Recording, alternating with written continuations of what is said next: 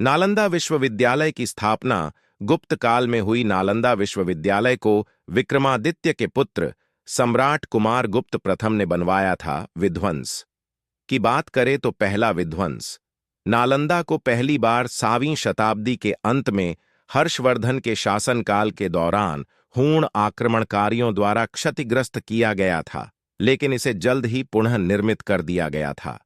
दूसरा विध्वंस 12वीं शताब्दी में 1133 ईस्वी में तुर्की मुस्लिम जनरल बख्तियार खिलजी द्वारा नालंदा विश्वविद्यालय को पूरी तरह से नष्ट कर दिया गया था। इस हमले में पुस्तकालय और अन्य संरचनाओं को आग लगा दी गई थी और इस घटना के बाद विश्वविद्यालय का कभी पुनः निर्माण नहीं किया गया।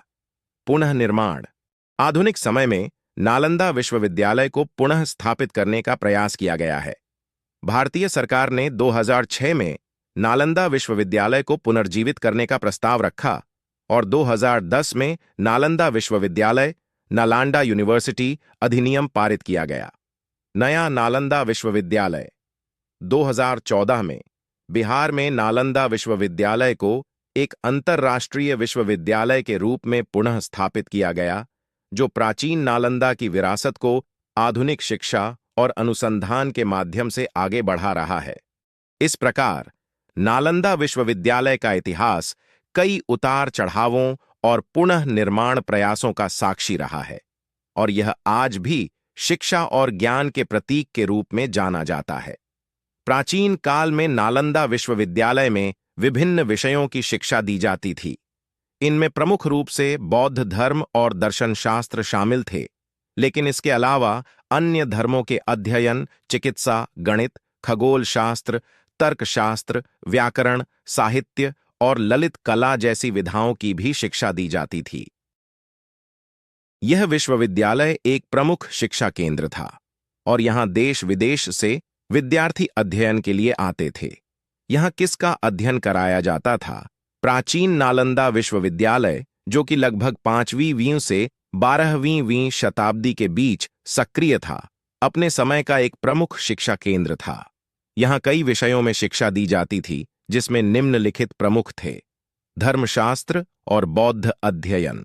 नालंदा मुख्य रूप से एक बौद्ध विश्वविद्यालय था, इसलिए यहां बौद्ध धर्म, विनय, मठाधिकार नियम और धर्मशास्त्र, बौद्ध दर्शन और सिद्धांत की व्यापक शिक्षा दी जाती थी।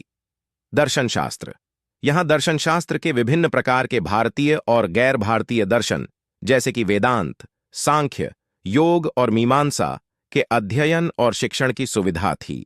व्याकरण और भाषा विज्ञान, संस्कृत व्याकरण, पाणिनि का अष्टाध्यायी और अन्य भाषाओं की शिक्षा दी जाती थी। चिकित्सा विज्ञान, आयुर्वेद, चिकित्सा के विभिन्न पहलुओं जैसे कि शल्य चिकित्सा और आयुर्वेदिक चिकित्सा की शिक्षा भी यहां दी जाती थी। गणित और खगोल विज्ञान, गणित, ज्यामिति और खगोल विज्ञान के विषय भी यहां पढ़ाए जाते थे। कला और वास्तुकला, कला, चित्रकला और वास्तुकला की भी शिक्षा यहां दी जाती थी। साहित्य और नाटक, संस्कृत साहित्य, कविता और नाटक के अध्ययन की भी सुविधा थी। धातुकर्म और शिल्पकला, धातुकर्म, हस्तकला और शिल्पकला की शिक्षा भी यहां दी जाती थी। नालंदा विश्वविद्यालय अपने पुस्तकालय धर्मगंज के लिए भी प्रसिद्ध था, जो 3 भागों में विभाजित था: रत्नसागर, रत्नोदधि और रत्नरंजक। इन पुस्तकों में विभिन्न विषयों पर विस्तृत सामग्री उपलब्ध थी, जो छात्रों और विद्वानों के लिए उपयोगी थी। नालंदा में विभिन्न देशों के छात्र अध्ययन करने आते थे, जिससे यह एक अंतर्राष्ट्रीय शिक्षा केंद्र भी बन गया था।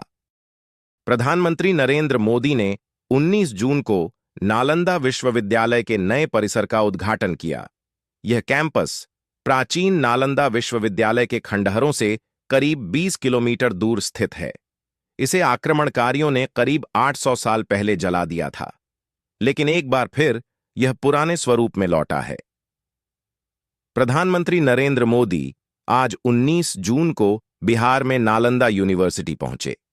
यहां उन्होंने इस ऐतिहासिक विश्वविद्यालय के नए कैंपस का उद्घाटन किया।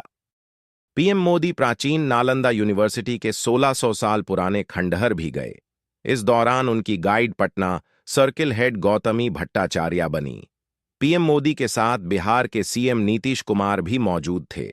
दरअसल प्राचीन नालंदा विश्वविद्यालय भारत के समृद्ध इतिहास का अमिट दस्तावेज रहा है, जो प्राचीन भारत के गौरवशाली अतीत को दर्शाता था। लेकिन खिलजी वंश के आक्रमणकारियों ने इसे लूटा, कत्लेआम मचाया और जला डाला। 800 साल के लंबे इंतजार के बाद इसे पुराने स्वरूप में लौटाने की कवायदें हुईं और सरकारों ने इस पर काम किया। 2007 से तत्कालीन राष्ट्रपति एपीजे अब्दुल कलाम की पहल के बाद इसके निर्माण की रूपरेखा बनाई गई थी और आज पीएम मोदी ने 19 जून को नए परिसर का उद्घाटन किया। 800 साल के लंबे इंतजार के बाद इसे पुराने स्वरूप में लौटाने की कवायदें हुईं और सरकारों ने इस पर काम किया। 2007 से तत्कालीन राष्ट्रपति एपीजे अब्दुल कलाम की पहल के बाद इसके निर्माण की रूपरेखा बनाई गई थी